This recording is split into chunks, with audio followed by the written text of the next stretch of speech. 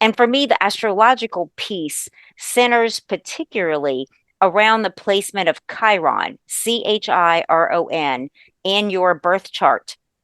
It is different than your sun sign. It is different than your rising sign or your moon. This is a placement in one of the 12 signs. Chiron will be in Aries or Taurus or Libra or Gemini. And it reveals an area where we experience emotional vulnerability and on a spectrum up to and possibly including some deep wounding when you've been through traumas and you come out of them feeling like you're not good enough, like you're unworthy, like you don't deserve. Those are really more deep woundings in your emotional system that cause you to go for less in your life. It could keep you stuck in depression and a lot of anxiety. And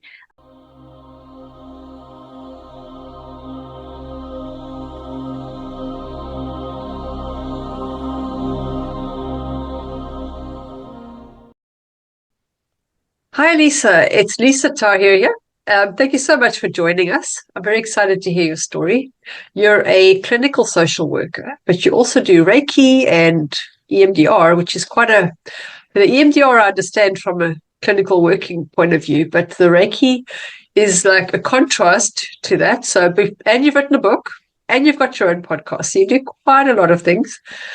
But before we get into that, I would just like to know, what is it that got you on this path in the first place? Let's go this way. What is it that got you onto the spiritual path? sure, Natasha. And thank you today for having me as your guest. I'm really excited to be here. And my spiritual journey dovetailed with my journey of emotional healing without me even being conscious of that until the last, say, 10 years, where I could put language to my experience. But when I look back over my life, I had synchronicities happen to and through me for myself and others. I just didn't have the language to know that that's how the universe works and how life works and what spirituality really is. It's actually very practical in my experience. And I've always been a very sensitive person. I didn't know, again, being younger, that I was a highly sensitive person and an empath. I used to be pretty critical of myself about that, feeling like I'm too sensitive. And certainly a few people have said that along the journey as well. Lisa, you're just too sensitive, grow a tougher skin.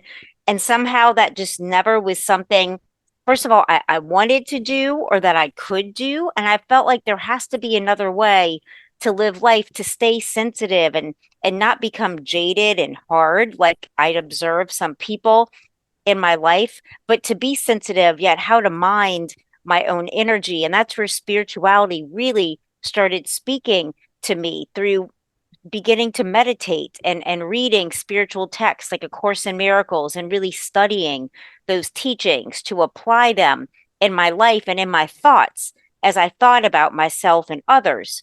And it just really blended beautifully with my work. I had been doing it, I just didn't know I was doing it.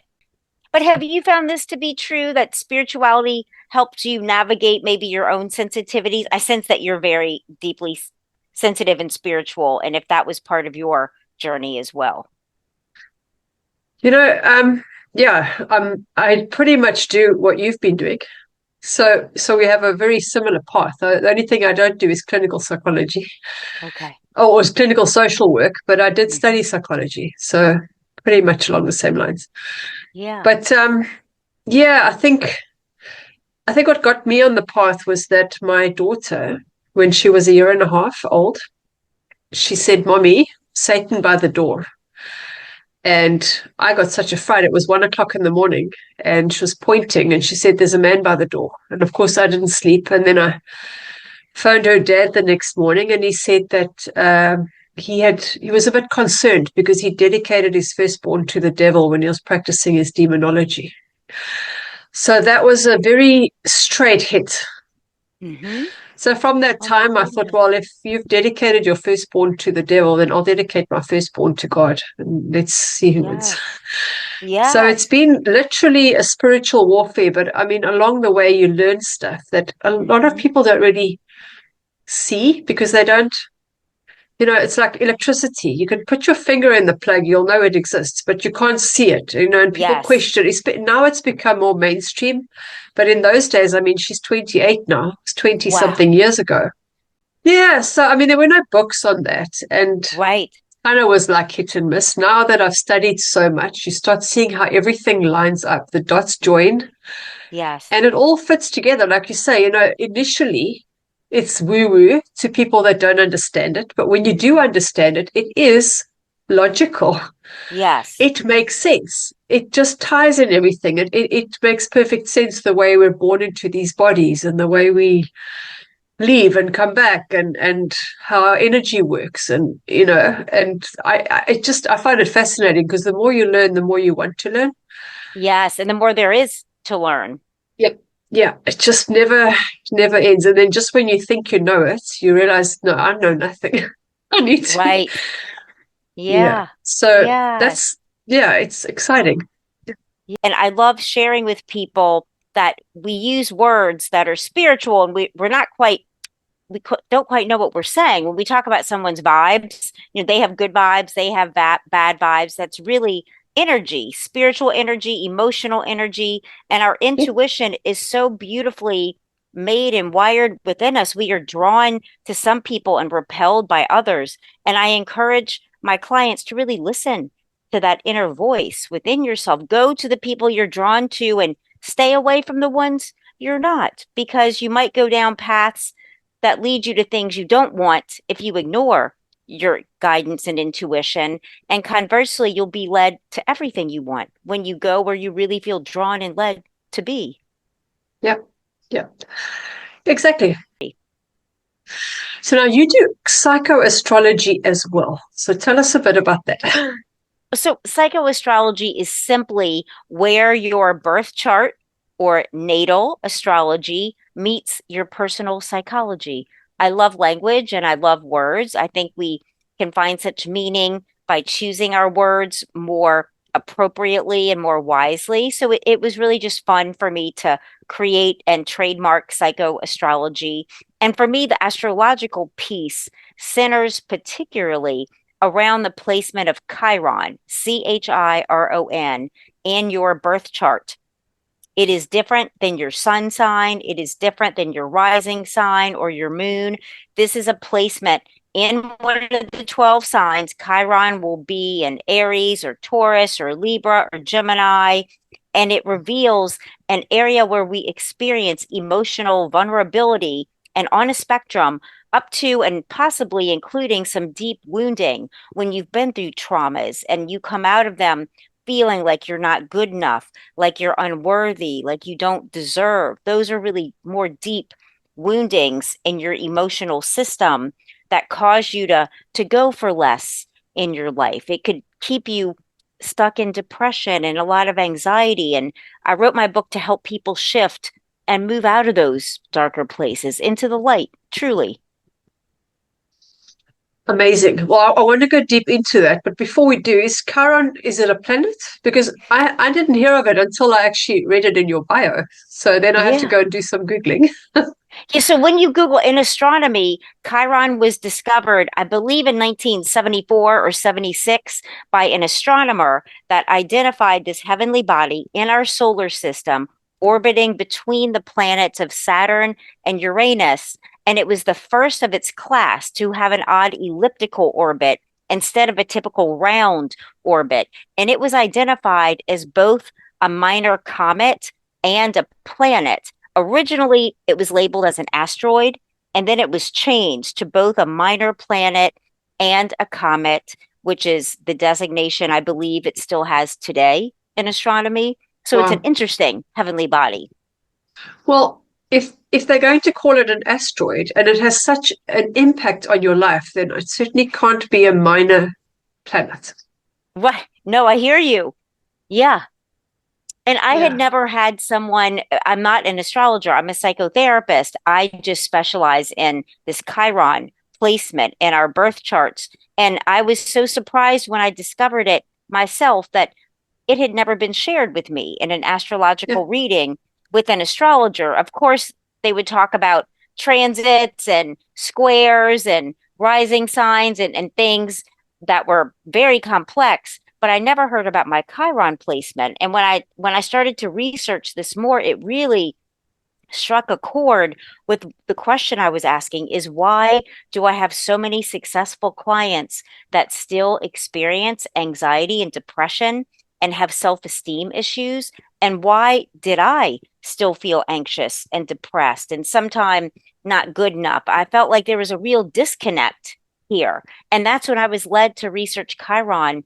And it really helped me uncover kind of the little hidden piece of where I need to center my healing efforts, that there was nothing wrong with me and there's nothing wrong with you. It's a thought pattern that we have around a particular issue, typically about ourselves or about something in life that we keep kind of miscreating with our thoughts and our belief systems. And once we start to change that out, we feel better and our lives get better. Yeah. Well, I'm going to assume that each lifetime you come along, you'd have chosen a different something to work on. So Chiron would be in a different house or a different sign. Yes. When I hear you or anyone speaking about past lives, I would question that as well. Like something about that didn't feel quite right. Like it felt right, but something felt a little off. And what I received through asking and prayer and listening through meditation is that, you know, t- time is a human construct. Everything's happening in the now. And this human body grounds us in like one timeline that we're living on earth together, you and I and others listening and watching. Yet the timelines are concurrent. And so that really made sense. Like I'm living all my lives now, but I'm in touch with this one because my human body isn't able to be in all of the places. But that really made sense to me. And I wonder if how you feel about that and believe about that. Yeah, that's the same way I see it. Okay, cool. I do see it as a spiral. So Mm, it's like it is on top. And I did hear somewhere at some stage that they say there's certain timelines that overlap in bands. So it's not mm, necessarily all of them at once. Like you might be able to experience this at this bandwidth, maybe, or another section of life in this band. that really Um, makes sense. yeah. Yeah. Yeah, I like that. Well, I've interviewed somebody who sees our lifetimes and all our experiences as if you're coming from the now and Hmm. your birth is like rings of a tree around you to the outside. And from the outside, if you had to step back, say for a 40-year-old, you'd step back 16 steps, that would be their birth.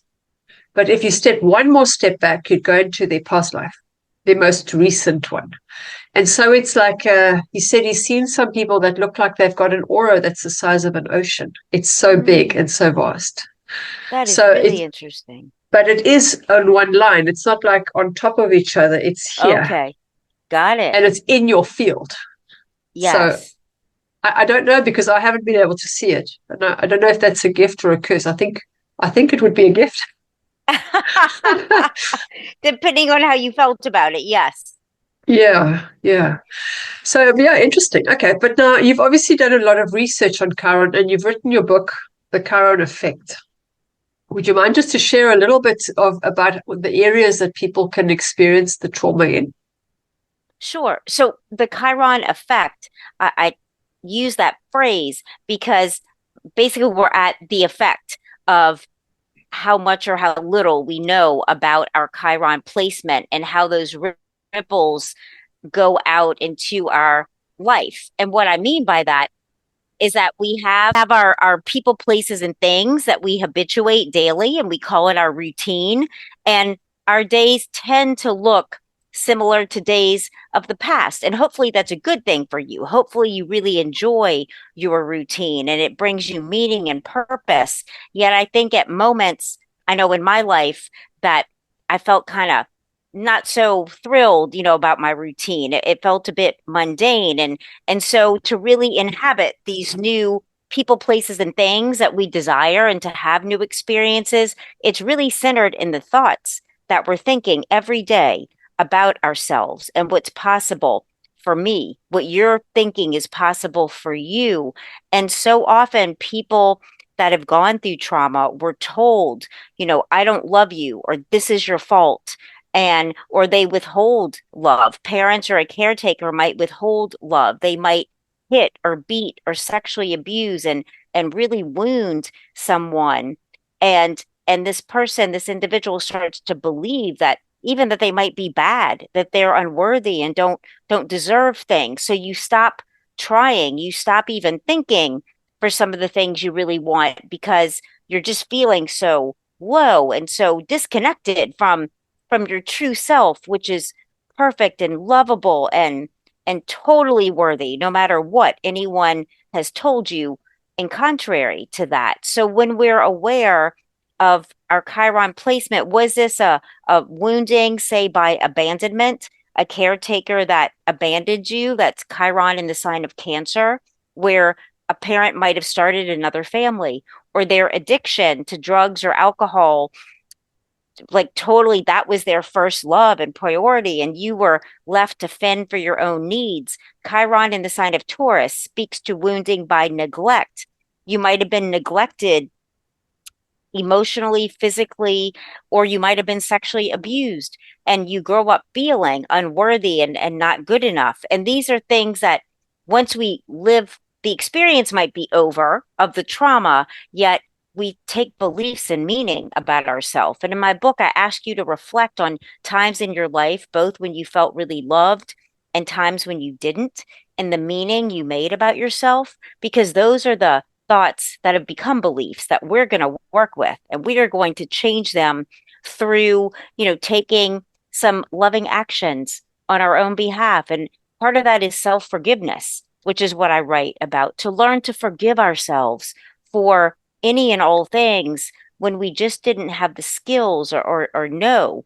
And I'm just going to pause to ask how this lands with you.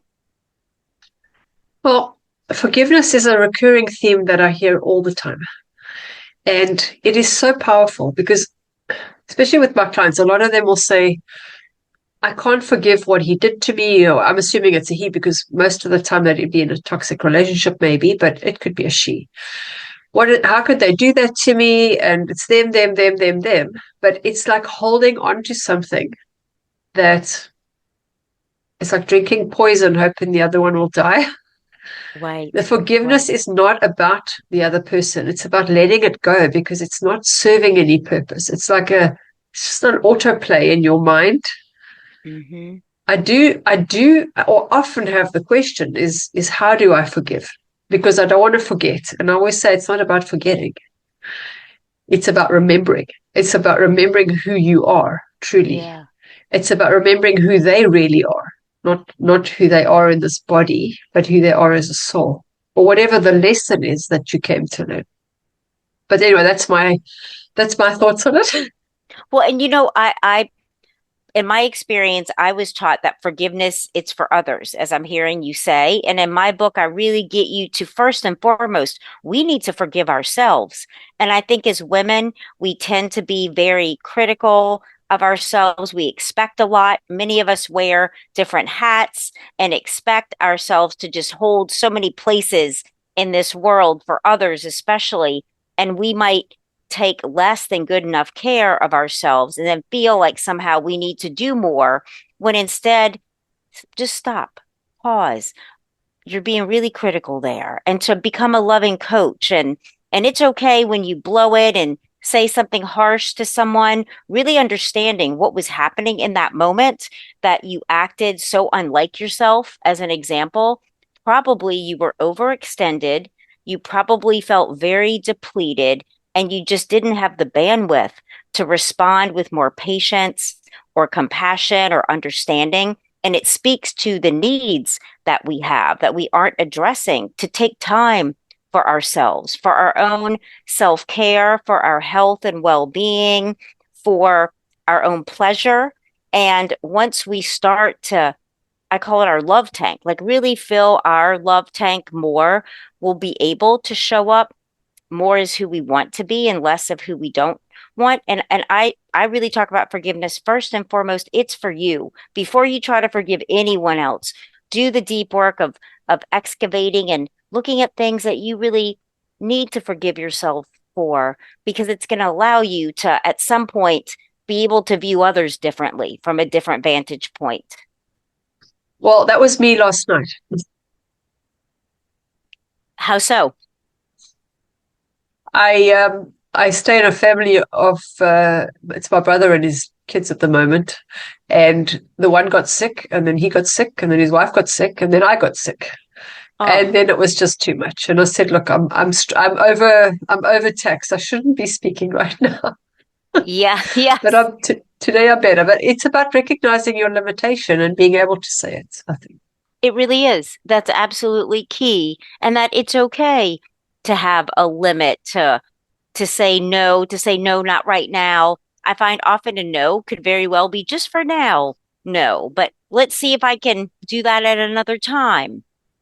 Yeah, and it's through that you actually learn that it is okay Yeah, when the other person doesn't just disregard you, when they do give you the space.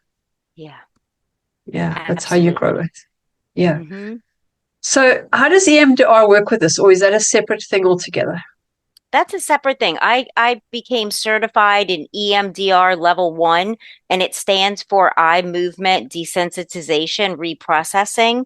And it's a technique, eye movements, where a client would follow my finger or a pen looking left to right as we identify a particular memory that's been hard to let go of, a traumatic memory that has an image that there's when I say, you know, the little pillow, it conjures this image that it's been hard for you to move through and release. It's like it's still an intrusive image and feeling in your body, and it's based upon bilateral stimulation, left and right sides of your brain, kind of harmonizing and allowing that memory to blend and soften, so to speak, in your experience. And it's interesting because for some people it works very well, and for others it doesn't. So it's something I think to try if you're curious about it with a practitioner that's certified, and it can help people somehow just separate from the memory and the feeling of it really rapidly. Yeah. Yeah, I've heard that. I've heard there's been mixed results from it. So, and Reiki, would they be able to apply that as part of their own healing as well? So Reiki, I became certified in Reiki as a result of moving to Los Angeles part-time 10 years ago. And I started attending sound baths for the full moon and new moon, a practitioner that would play crystal bowls, and it was just such a delightful experience. I had never been to those types of healings before until that time in my life when I guess I was ready for it, and they presented, and the practitioner was a Reiki master teacher, and I went to her for a Reiki session where I laid on a massage table, all my clothing on, and she played the sound bowls near my ears and put crystals in my hands, and I found it to be so relaxing that I got certified. I'm a level 2 practitioner. So I do incorporate some Reiki in sessions. And it can just help people really relax, I find. Have you received Reiki? Yeah, I've also done Reiki, Okay. Yeah, I figured. but I actually do it on myself as well, and I do a lot of hands-on healing too, which works. I'm not Yeah. doing the healing. I just separate For myself from it and let my hands do whatever needs to be done. yes, the energy flowing through us. Yeah. Yeah, it was actually interesting. I was recording. I used to be a pole dance instructor. Yeah. I was recording this move, and I was coming off the pole from like 3 meters up.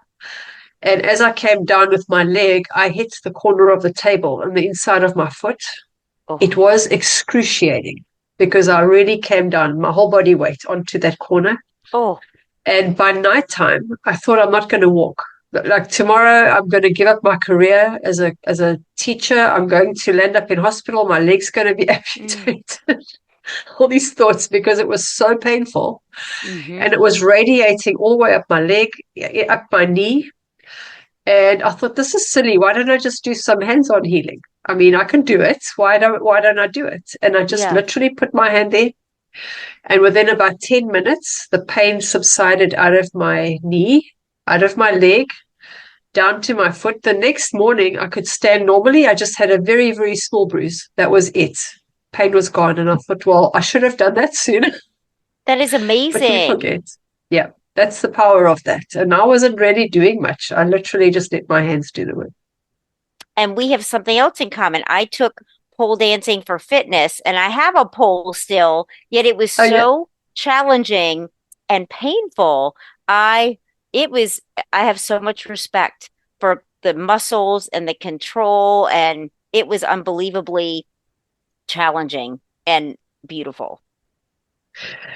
Yeah, I mean, people say, "Oh, I want to watch people do pole dancing," and I tell them it's not what you think. They're in pain, they're screaming. Yeah. Yes, so painful. Yes. But hey, yeah, we do. You see, that's what you were talking about. It's why do we injure ourselves for the sake of feeling better? Right, right. Yeah, Expression. It's expression for sure. that's it. That's it. Yeah, you've got a podcast as well. I do. Tell us about that one. It is called All Things Therapy, and I'm in my ninth year here in 2025 with, Wow. I think, 412 episodes. And I didn't expect to be podcasting so long. It has brought me in touch with really amazing people like you, and I'd love to have you on my show this year if you'd want to be Okay. my guest. Yeah, that sounds like fun. Awesome. Awesome. Yes. Okay, so what advice do you have for people who struggle to take responsibility for their own healing? Oh, that's a good question and a challenging question. And let's see how do I like to approach it.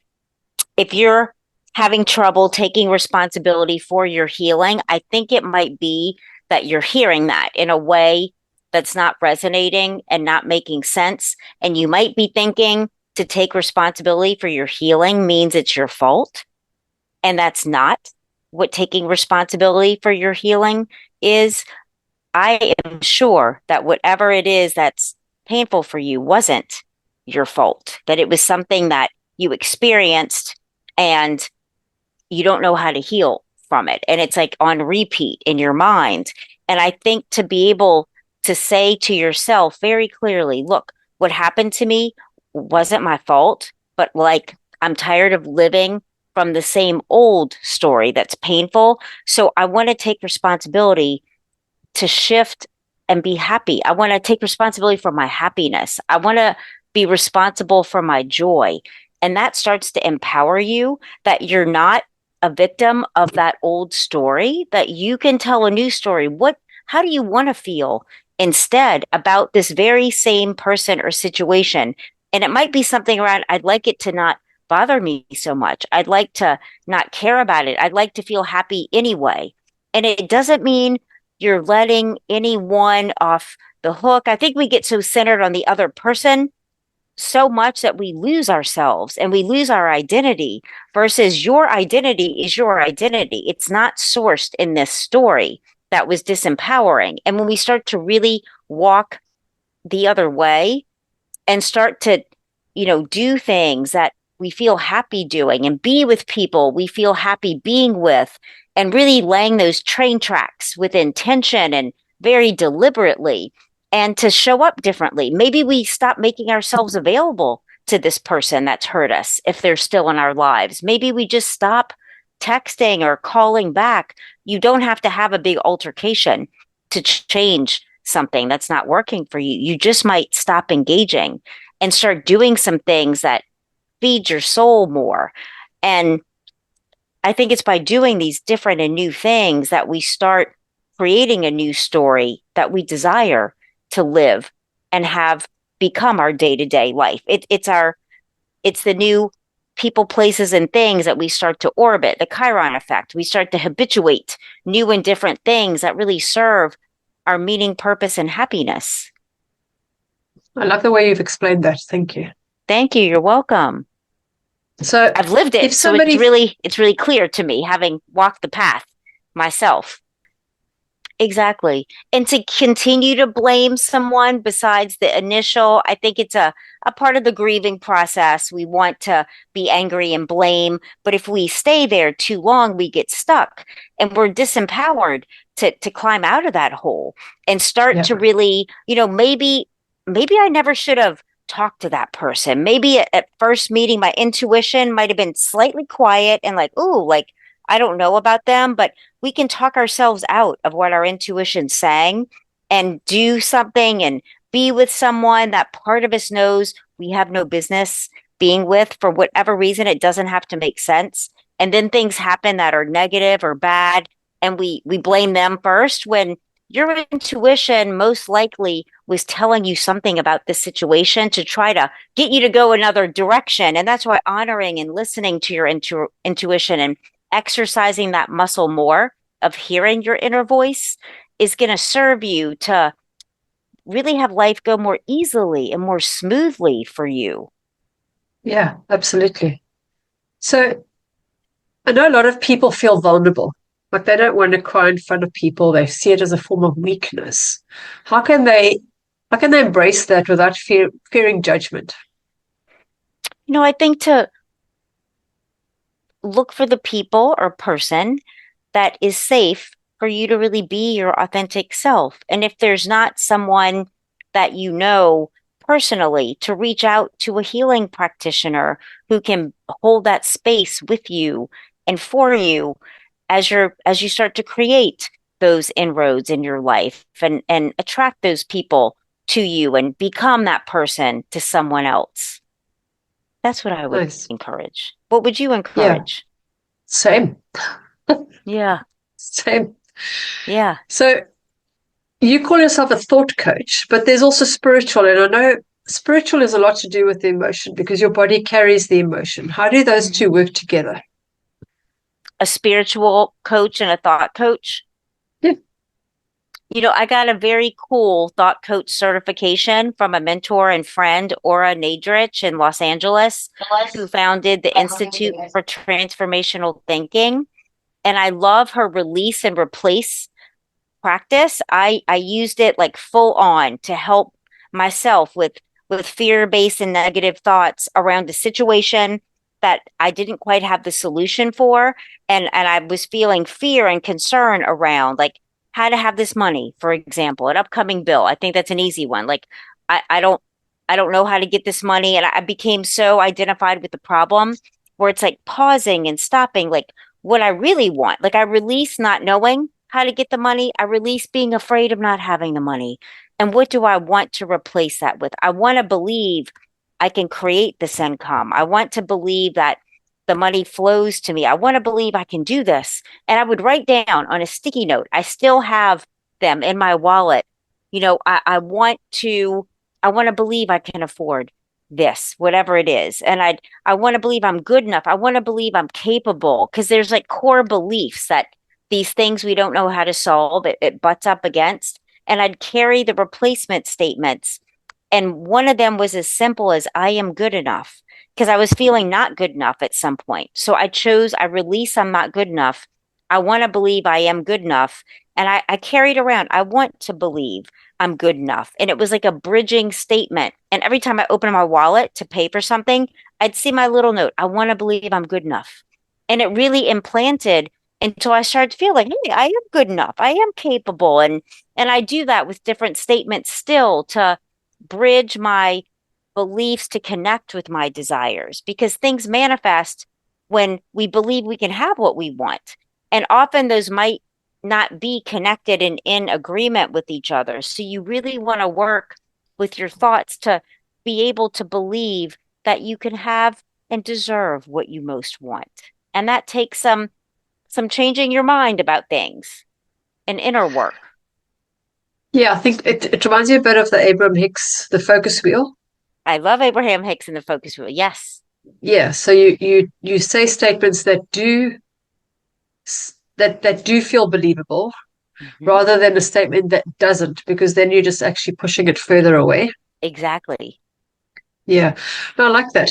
And yeah, also, would a vision board work the same or not? You As know, in a picture.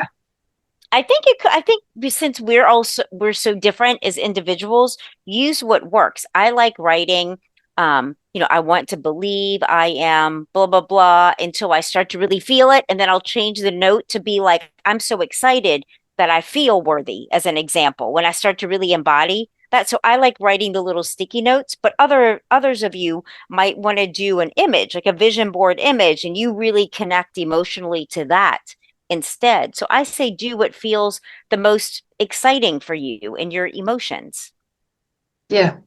What if somebody wakes up in the morning Hmm. and for some reason they just don't feel good enough? Like they've done all this work, Yeah. they feel great, they know they feel good on normal days, but this particular day they do not. And if they try and say that they do, it just gets them into this total downward spiral. And they go into negative self talk that says, all that work is wasted. I'm never going to be that way. Yeah, I feel What you. is that experience? Because we all have that.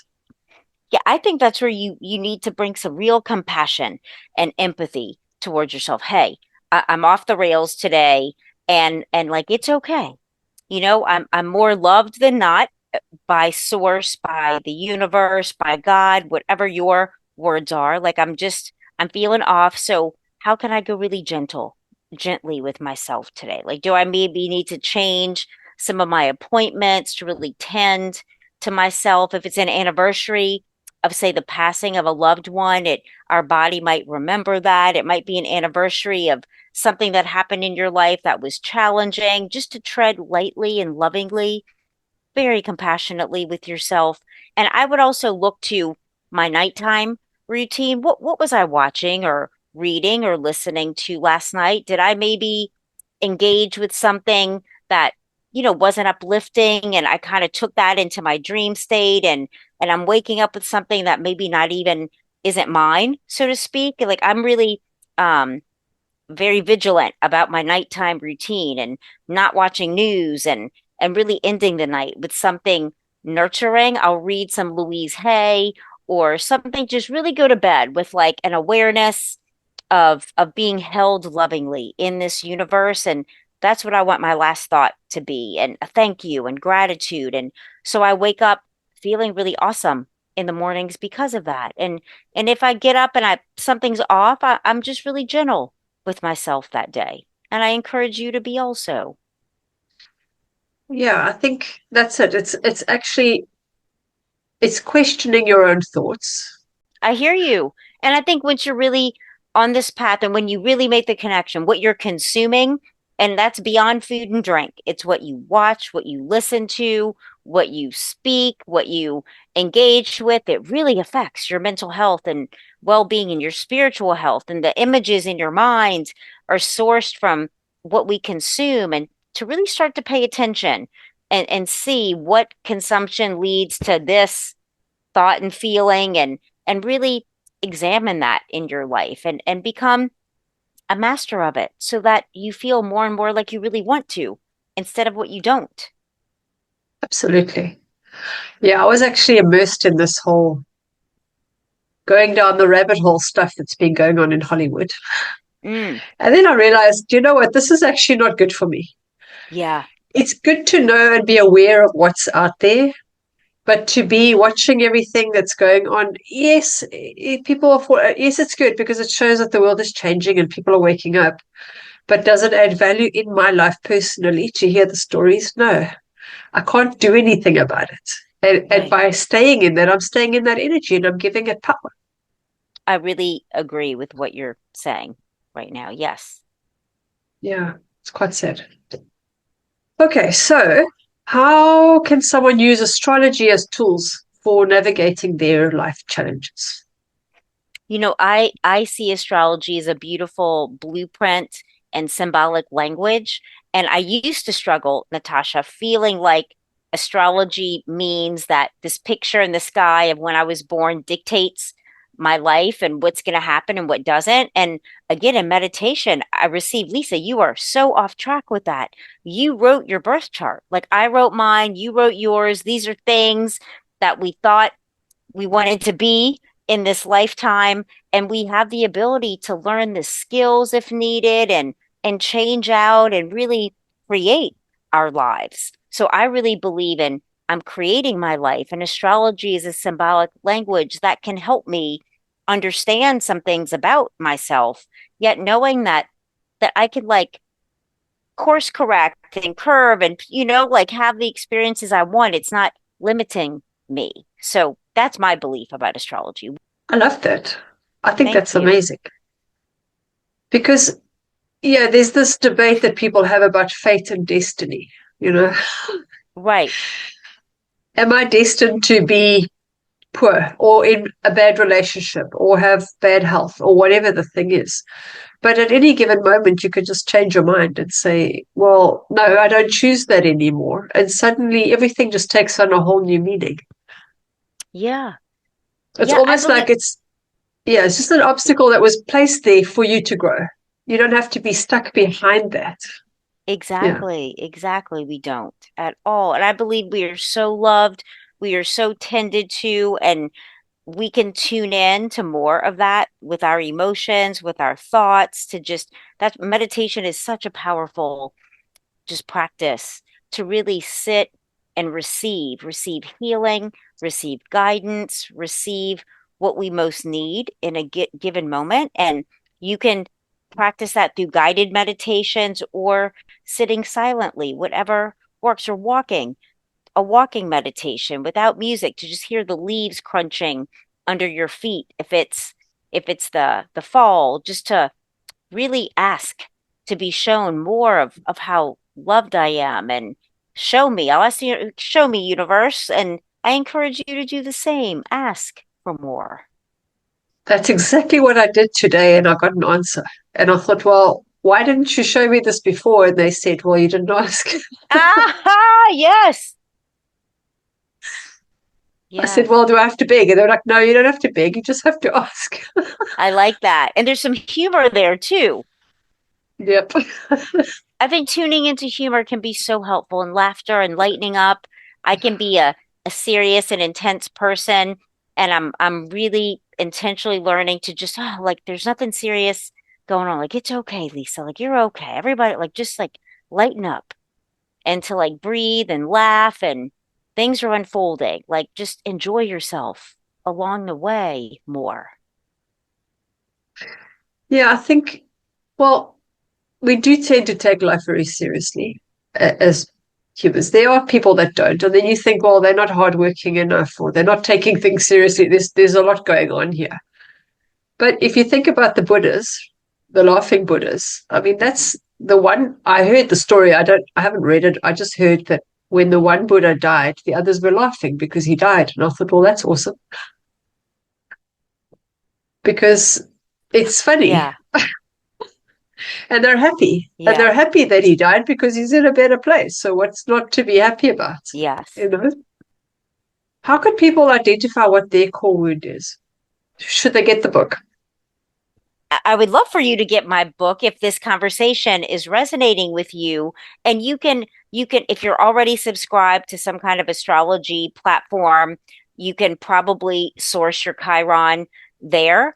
I have a free interactive website where you can enter in your date of birth, your place of birth, and if you have it, your time of birth, though that's not required. And it generates Chiron is in this sign and in this house, and then you can use my book to see what that means for you, and see if that's accurate for you or not, and use it to help yourself to really heal where you've been judging yourself, where you've been feeling less than, vulnerable, or even wounded, and to start to I give practical takeaway steps in my book that you can start today. I love practical wisdom that's applicable, as well as some mantras slash affirmations that you can use to guide your thoughts into better feeling places.